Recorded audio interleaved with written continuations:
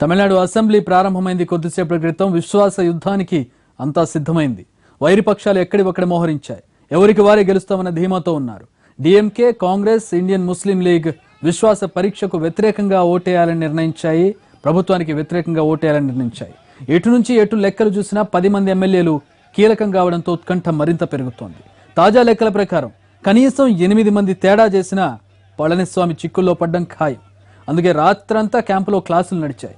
ఉదయం రిసార్ట్ నుంచి తరలించే టైంలో కూడా ఎక్స్ట్రా కేర్ తీసుకున్నారు. ప్రతి 5 ఎమ్మెల్యేలకు ఒక మంత్రిని ఇన్ఛార్జిగా పెట్టి దగ్గరుండి మరి అసెంబ్లీకి తీసుకొచ్చారు. దారిలో కూడా శాసనసభ్యులు ఫోన్లు మాట్లాడకుండా, వాళ్లలో వాళ్లు బలపరీక్ష గురించి చర్చించకుండా జాగ్రత్త పడ్డారు. అటు కరుణానిధి మినహా మిగతా డిఎంకే సభ్యులంతా సభకొచ్చారు. అనారోగ్యం కారణంగా గైర్హాజరవుతున్నారు కరుణ. మొగ్గు పళనిస్వామి వైపు కనిపిస్తున్న సమీకరణాలు ఎప్పటికప్పుడు మారుతుండడంతో ఏదైనా జరగొచ్చన్న అంచనాలే ఎక్కువగా ఉన్నాయి.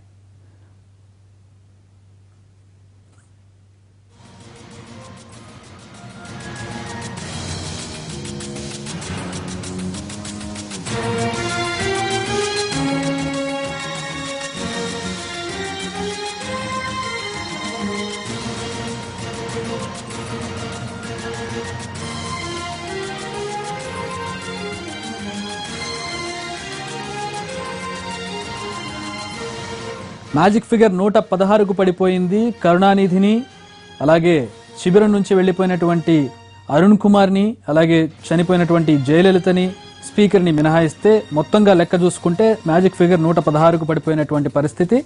పళనిస్వామి బల నిరూపణ కోసం తమిళనాడు అసెంబ్లీ ప్రత్యేకంగా సమావేశమైంది. కొద్దిసేపటి క్రితం అసెంబ్లీ ప్రారంభమైంది. ప్రత్యేక భద్రత నడుమ 122 మంది ఎమ్మెల్యేలను రిసార్ట్ నుంచి అసెంబ్లీకి తరలించారు పళని వర్గం నేతలు. మనం వీల్ చూస్తూ ఉన్నాం ఎవరి బలాలు ఎంతెంత ఉన్నాయో. పళని వర్గం గ్రీన్ కలర్ లో ఉన్నటువంటి పళని వర్గం 122తో అత్యధిక మెజారిటీతోట ఉంది. సెల్వం వర్గం ఎల్లో కలర్ లో మనం చూస్తూ ఉన్నాం. 12 మంది సెల్వంతో కలిపి 12 మంది మద్దతు ఆయనకు కనపడుతోంది. ఇక డిఎంకే రెండో పెద్ద పార్టీగా కనపడుతున్నటువంటి పరిస్థితి. 88 మంది, మొత్తం 89 మంది ఉండాల్సింది. అయితే కరుణానిధి రాకపోవడంతో అది 88కి పడిపోయింది. బ్లూ కలర్ లో ఉన్న డిఎంకేని మనం చూస్తున్నాం. ఇక కాంగ్రెస్, రాహుల్ ఆజ్ఞానుసారం కాంగ్రెస్ కూడా ప్రభుత్వానికి వ్యతిరేకంగా ఓటేయబోతుంది. దాని సంఖ్య 8. ఇక ఇండియన్ ముస్లిం లీగ్ సంబంధించి ఒక ఎమ్మెల్యే ఉన్నారు. ఆ ఒక ఎమ్మెల్యే కూడా ప్రభుత్వానికి వ్యతిరేకంగా ఓటేయబోతున్నారు. ఎటొచ్చి ఒక 8 మంది ఎమ్మెల్యేలు, 10 మంది కూడా కాదు, 8 మంది ఎమ్మెల్యేలు కనీసంగా అటు నుంచి ఇటు పళని నుంచి పన్నీర్కి చేరితే గనక పళని ప్రభుత్వం పడిపోయే అవకాశం కనపడుతోంది. అసెంబ్లీ ప్రారంభమైంది, అందరూ కూడా చేరుకున్నారు. మరి ఎట్లాంటి పరిణామాలు చోటు చేసుకుంటే